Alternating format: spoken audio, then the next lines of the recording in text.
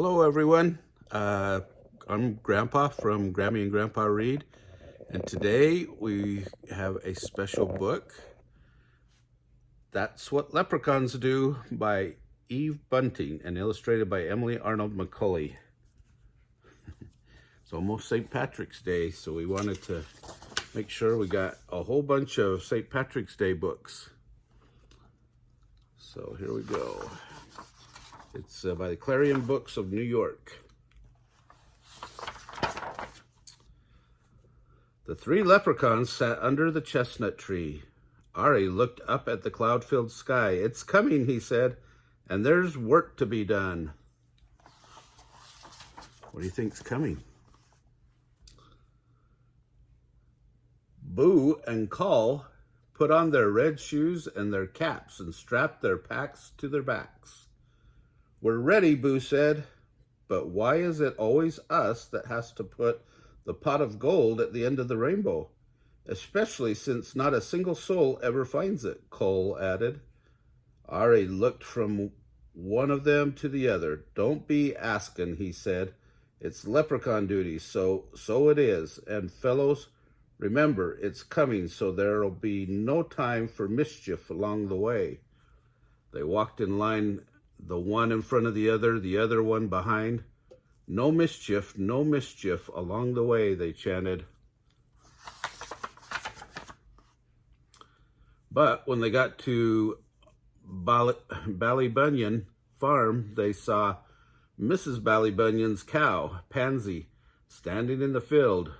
Ari whipped out the little bottle of red paint he kept in his backpack for leprechaun business. He ran across to Pansy. "Stand still, my lovely," he told her, and he painted her hoofs scarlet red. Pansy looked down. "Pretty," she said. "Imagine Mrs. Ballybunion's face when she comes to milk you," Ari shouted. He and Boo and Call rolled over and over in the grass laughing. "She'll think I've been to a dance." Pansy did a couple of small hopping steps to demonstrate. The leprechauns clapped and whistled. "We'd be delighted to join you in a waltz or two," Ari exclaimed, "but we're in desperate hurry." "I thought there was to be no mischief along the way," Boo reminded him. "Oh, sure, but I couldn't help myself. Mischief's what leprechauns do," Ari said. "Along with our more important duties," he glanced up at the tatters of clouds in the sky, "and we'd better not delay, for we've delayed long enough already." But as they were passing old Jamie Bradley's house, they saw Jamie's gray woolen long johns spread out to dry on his hawthorn hedge. The leprechauns looked at each other and grinned. Quick as a cat pounce, they ran across to the hedge and stood one on top of the other and the other on top of him.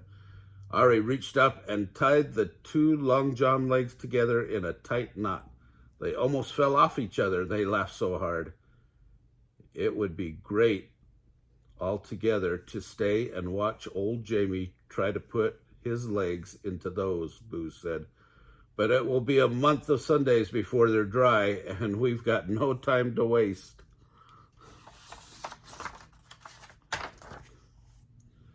They took a few minutes to somersault across Liam McGabe's garden. There was a yellow tennis ball in the middle of the road, and they rolled it along with them as they went. Ms. Maud Murphy's hen, Birdie, clucked at them from behind her gate. "Birdie," Ari shouted, "would you be doing us a favor? Could we trundle this ball up to your nest, and could you sit on it for us? It'll be the great joke on Miss Maud Murphy, and when she comes to gather your eggs."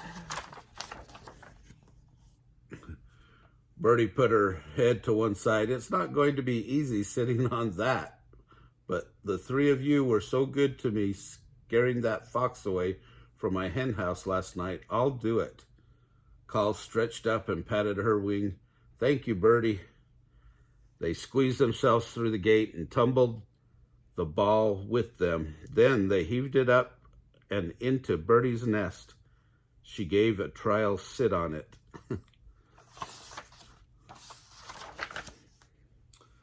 I'll be sore underneath myself for a week, she grumbled, but the thought of Miss Maud Murphy's face when she sees I've laid a yellow ball will be worth it. Won't that beat all? Call gasped.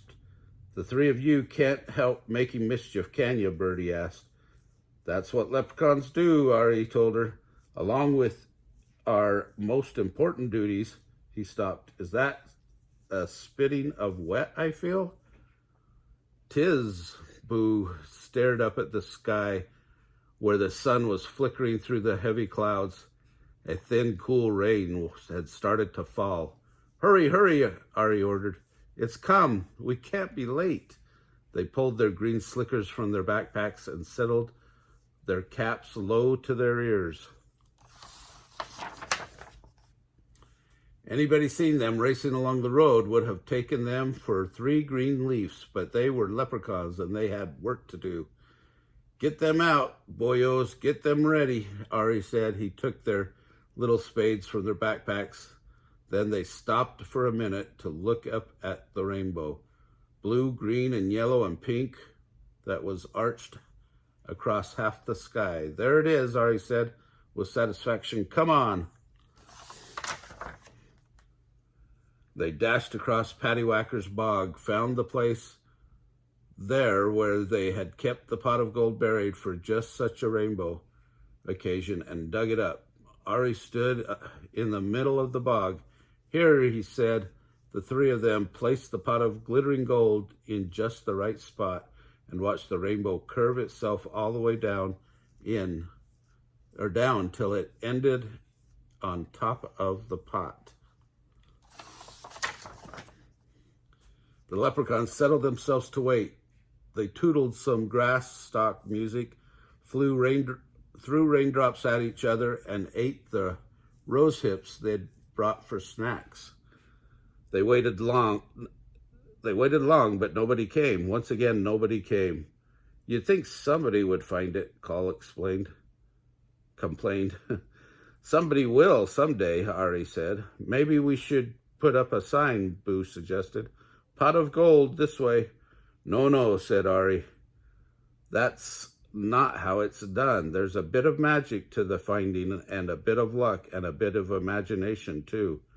That gold's waiting for just the right person. The rain had stopped. The sun went behind a cloud. The rainbow shortened itself, then disappeared.